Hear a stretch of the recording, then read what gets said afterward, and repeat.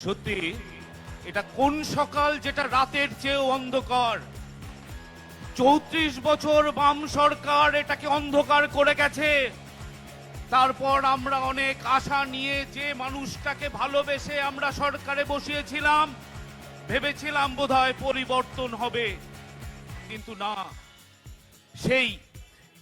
সেই মুখোশধারীটাই আজকে বাংলাকে সেই দিনটাকে কালো রাত্রিতে পরিণত করেছে। তার ফলস্বরূপ আমরা দেখতে পাচ্ছি আরজি করে আমার বোনকে ধর্ষিতা হতে হয়েছে, কামদুনিতে আমার মাকে ধর্ষিতা হতে হয়েছে, মালদায় আমার মাকে খুন হতে হয়েছে। সারা বাংলা জুড়ে শুধু খুন খুন খুন, রক্ত আর রক্ত। আর কত রক্ত দেখতে চায় এই সরকার, কত রক্ত দেখতে চায় এই তৃণমূল। আমরা যারা সাধারণ মানুষ এই প্রশ্ন রেখে যাচ্ছি।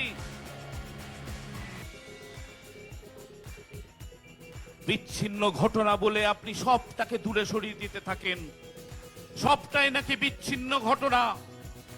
তাহলে বিচ্ছিন্ন ঘটনাটাকে একবারও তদন্ত করে দেখুন, সেই তদন্তের মধ্যে থেকে কি বেরিয়ে আসে, কার ভাইয়েরা তার মধ্যে জড়িয়ে। খুঁজুন। যখন তদন্তকারী সংস্থা তদন্ত করতে আসে, তখন আপনার দলদাস পুলিশ সেই তদন্তগুলোকে কিভাবে ট্যাম্পারিং করা যায় তার ব্যবস্থা করে দেয়। আপনারা জাস্টিস চাই বলেন রাস্তায় নেমে শুধু প্রতিবাদ করছেন, আপনাদের দলের সবাইকে মিশিয়ে দিয়েছেন প্রতিবাদ মিছিলে। হাস্যকর, কতটা হাস্যকর।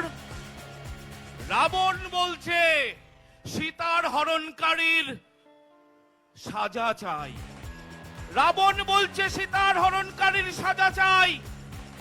এর থেকে হাস্যকর আর কিছু হতে পারে? আমরা সাধারণ মানুষ যার কাছে প্রতিকার চাইবো, যার কাছে বিচার চাইবো, তিনি বিচার ব্যবস্থাটাকে নষ্ট করে দেওয়ার চেষ্টা করছেন।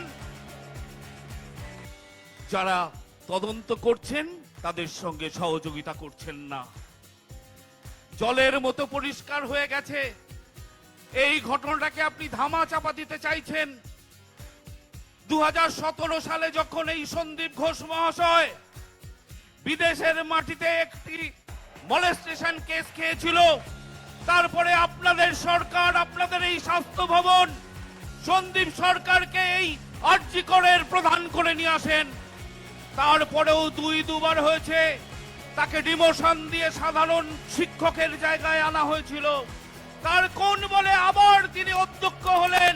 শাক দিয়ে মাছ ঢাকা যাবে না, শাকের আড়াল থেকে মাছ বেরিয়ে আসবে।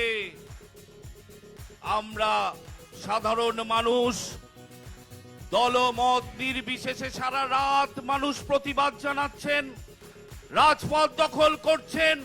এটা মিথ্যে হবে না, এটা যেদিনই সত্যি হবে সেদিনে আমাদের দাবির সঙ্গে আরো একটা কাজ হবে। আমাদের দাবি দফা 1, মমতার পদত্যাগ। আরামে আপনি ঘুমোতে পারছেন না, তাই আজকে ছুটে গেছেন আপনি আরজি করের ভাইয়েদের কাছে। আরজি করের ভাইয়েরা যখন আপনার সঙ্গে বসতে চাইল, আপনি কেন সেটা সবার সামনে তুলে ধরতে চাইলেন না? ডাল মে কুছ কালা হ্যায়, ঠিক হ্যায়, ডাল মে কুছ কালা হ্যায়। জনগণকে এই উৎসবে মাতিয়ে দিয়ে আপনারা ভোলাতে পারবেন না। আপনি যত এই উৎসবে ফেরাতে চান, দুর্গা উৎসব মানুষের, বাঙালির শ্রেষ্ঠ উৎসব, এই উৎসব অভয়ার স্মৃতি নিয়েই হবে। এবং পুজোর মধ্যে, পুজোর পরে যতদিন না অভয়ার বিচার হচ্ছে, ততদিন মানুষ এই আন্দোলনকে আরো তীব্রতর করে তুলবে, আরো তীব্র করে তুলবে, আপনাকে গদি থেকে নামিয়ে ছাড়বে।